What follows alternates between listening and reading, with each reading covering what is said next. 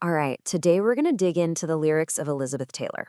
This is a song that's just dripping with old Hollywood glamour, but it uses that backdrop to ask a really timeless question: what actually lasts? So let's get into the story of fame, love, and that really tricky idea of forever.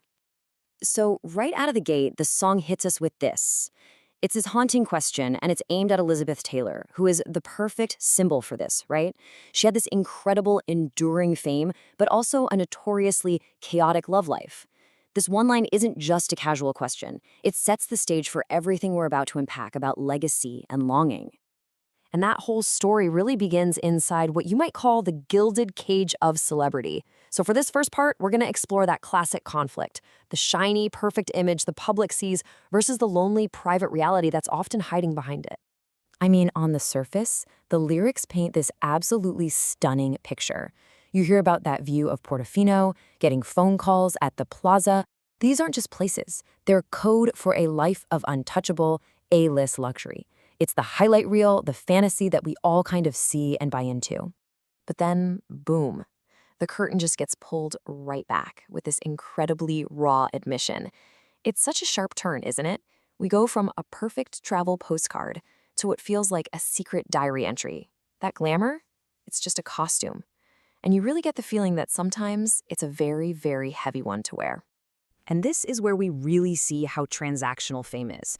It's a game of two halves. You've got the promise, the adoration under bright lights, but then there's the harsh reality. Those very same promises just withered away. Hollywood absolutely loves you when you're number one, but the flip side is brutal. Hollywood hates me. You're really only as hot as your last hit. It's such a fragile, conditional kind of love. And that's our first big takeaway here. For the incredibly famous, the public persona is a performance that often hides a really deep sense of isolation. You know, this question is really the pivot point for the entire song. It just perfectly captures that paradox of looking like you have it all, the fame, the diamonds, but on the inside feeling this profound emptiness.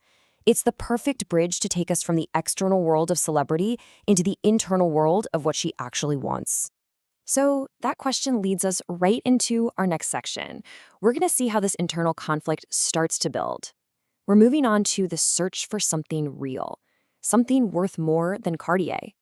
And here it is laid out so clearly. Think about that for a second. Cartier, the ultimate symbol of luxury and success. And the song just says, I'd give it all away, not for more fame, not for bigger jewels, but for trust. It tells you everything you need to know about what she truly values. So the outside world is just noise. It's all critics and judgment. You hear the line, they say and I'm bad news, and the response is this kind of cool, sarcastic, I just say thanks. But all that noise, all that static, it just melts away because of one thing: a single affirming look from someone. And you look at me like you're hypnotized. In that moment, all the other voices just become relevant. So you can see the fundamental need has totally shifted. It's not about staying number one anymore. The new, non-negotiable bottom line is, I can't have fun if I can't have you. This one person has become the axis that her entire world spins on. And that's really our second key takeaway. The song is arguing that the only real cure for the emptiness of fame is a singular, grounding, human connection. Which, of course, brings us all the way back to that first question. For our final theme, we're going to look at the two very different, conflicting definitions of forever that are basically at war in this song: the public legacy versus the private promise. Okay, so publicly, forever is something you build.